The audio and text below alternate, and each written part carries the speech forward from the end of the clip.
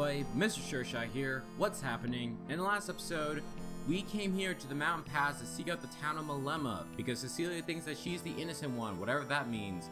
And we were sent here by Minister Johan, or Johan, I can't remember. And hopefully in this episode, we can get to Milama. Probably not, because I think this dungeon is pretty long. Hopefully not too long, but I remember I do get a lot of wild encounters, as you saw there. 60 Gala, Heelberry, cool. Jeez. Don't remember if it was Johan or Johan, but I don't know. I know also over here we got, I got this before. It was a magic carrot. I kind of got off screen, but just to let you know, it's a magic carrot. So, there you go. That kind of reminds me, I've been watching Monster for the past 2 weeks, and oh my god, Johan Lieber. Like, I mean, okay, here's the thing. I have a lot of friends who are not big fans of anime, and you know, that's understandable, kind of. I mean, we don't have to have the same interest, but I'm trying to get them to watch Monster, which, if you haven't watched Monster, I definitely recommend watching that, because not only is it one of the best animes I ever watched, but I think it's one of the best, just one of the best shows, man, because, like, it honestly, like, the things that get talked about in the show just don't feel, like, they feel so real. It's crazy. Like, I mean, every time I watch Monster, because, like, I was, like, watching for the past 2 weeks. Every time I watch an episode, I'm thinking, like, how the hell is this not, like, a live-action TV show?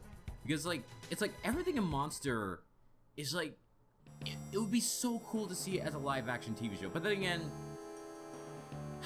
we have had problems with animes that have been adapted into movies or TV shows, and usually those don't really end well. Cough, death note.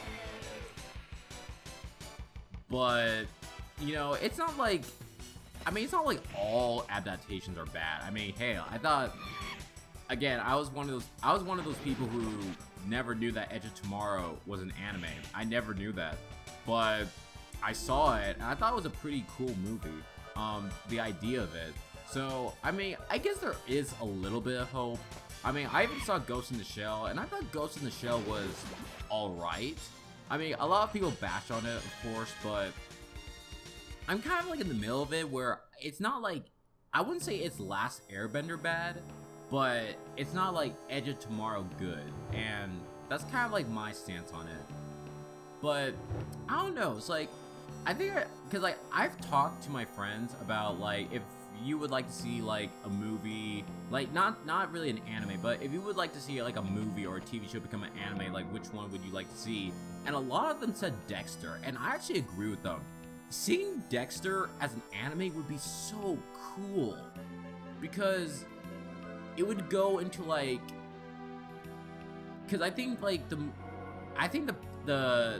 concept of Dexter would be very interesting as an anime, because, okay, I'm not like saying that this is a good thing, but, like, for some reason, I always think that going through the psyche of a serial killer would be very interesting as a show. And knowing how anime exaggerates some of their surreal horror, seeing Dexter as, like, a surreal horror with, like, a kind of like just going through going through Dexter's psyche would be very cool to see. I don't know why. I think it would be a very, like, it can actually go deep into Dexter's character, which I'm not saying the show didn't do, but, you know, seeing it in an anime form seeing it in an anime adaptation would be very cool to watch. And Cecilia went up a level. I don't know, but that's just kind of like my stance on it. But anyway, we finally made out the cave, and we're still not in Milama. No, we're still not in Milama yet, but we're in, like, some outside area, which is kind of cool. It's kind of nice to look at. And whoa, that is not nice to look at. I'm playing this on a Samsung HD, and oh my gosh, the brightness is bad. Like, it's probably not gonna be showing in the video, but, like, on the TV, oh my god, it is It is way too bright for my eyes. It's a good thing I'm staying at a distance, but jeez. Turn down the brightness. But, oh my gosh. It just looks bad. It looks bad. But then again, for an old PS1 game, it's not the worst thing I've ever seen, but it's pretty bad. But anyway, what was I about to say? Something I didn't bring up, which I honestly should have brought up a long time ago, is there's an ability that you can get with the crest grasp for Cecilia called Analyze, which pretty much, I mean, based on the name, it gives you an enemy's weakness, it gives you the enemy's HP, seeing if they have any magic on them, because a lot of enemies do that. And oh, wait a minute, hold a second. Those were some nasty winds. You mean my farts? What's going on? These gusts of wind, if I could harness the power. I agree, but why don't you give it a try? Fast draw hit acquired. And that's it. But what I was about to say is, okay. Before I actually get into that, I guess I could explain what we just got, what Jack just obtained. And I guess I should show it off in this fight. Let's see. Ooh, harpies, nice. I'm kind of worried because I think these guys can also poison. Okay, here we go. We got question mark. Let's flame.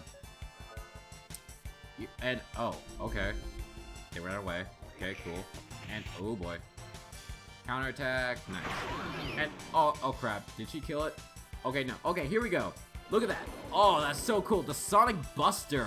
Yes, I love that name. What that was, though, that was an example of a fast draw technique. These are techniques that only Jack can learn. These are pretty much these, I guess you can call them secret arts, I guess. There are these secret arts that Jack can learn throughout the entire game.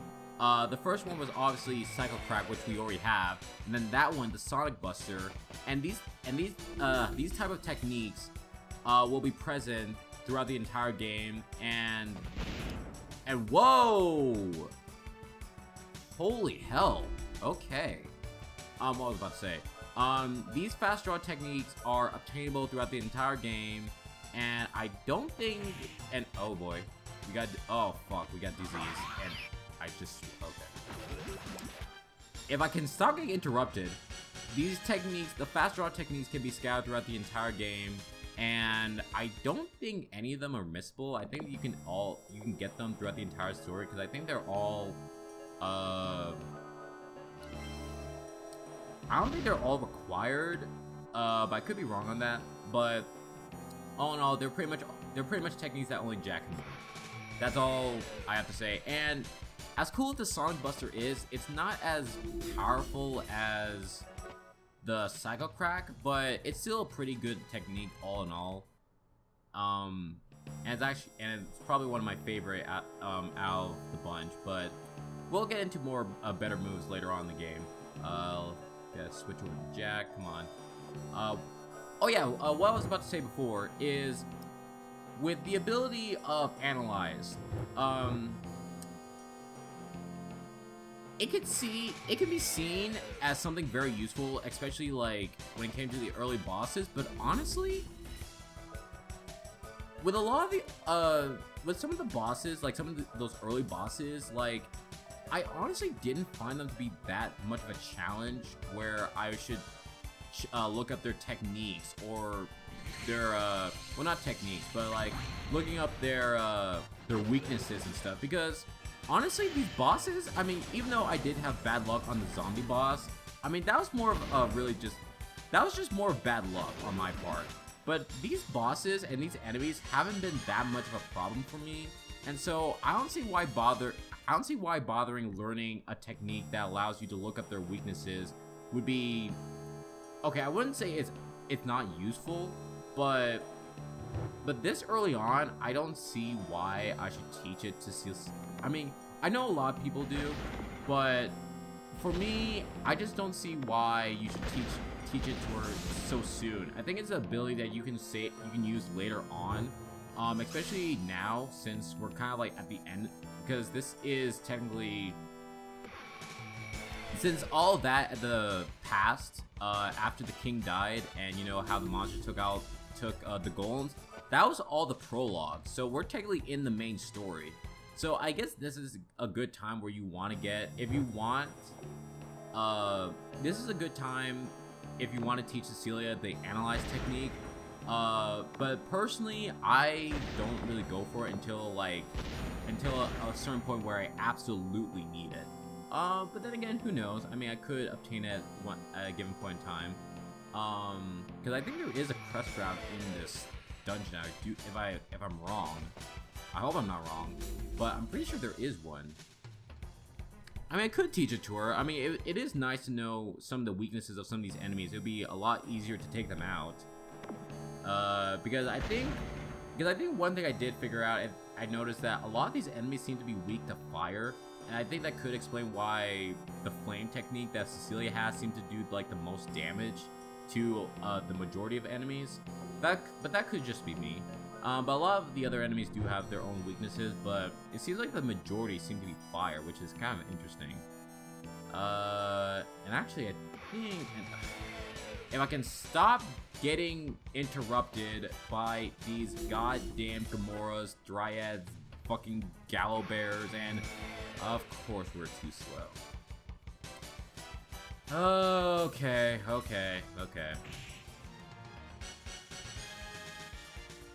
And what I was about to say before was, you know, again, learning some of the techniques of these enemies, well, not techniques, weaknesses of these enemies would be useful. But again, I honestly don't see any point in, oh, that's the exit. Okay, I want to go back, because I think there are two other items that, there's two items that I still haven't obtained yet. I want to get them, because I think one of them is a crest grab, and the other one is something pretty useful. I think I want to, okay, get Rudy, bomb, let's see, oh, here we go, crest grab, nice. And now the last item, I think it was somewhere back here, let me see, and oh my gosh, so many enemies, oh my goodness. Sadly this isn't Pokemon where it's actually easier to run away from enemies, because like one thing I will say about the runaway, oh, that is just jerkish. Okay, got Olive Branch, oh my goodness, holy crap, like how could no one get seizure from that, seriously? Okay, that's a pretty dumb placement, but whatever. Okay. What was I about to say before?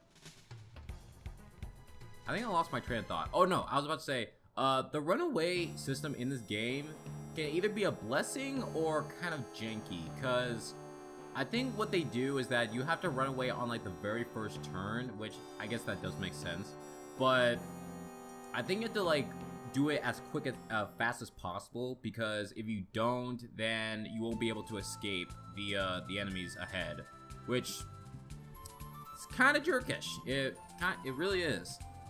Water Village of Milama, keep going south. Okay. But I think I'm gonna end off in this episode. So next time I'm gonna keep on heading south, and hopefully I can find the town of Milama and see what kind of plot we have there, and hopefully we'll run into more enemies. It's a great life. See you then.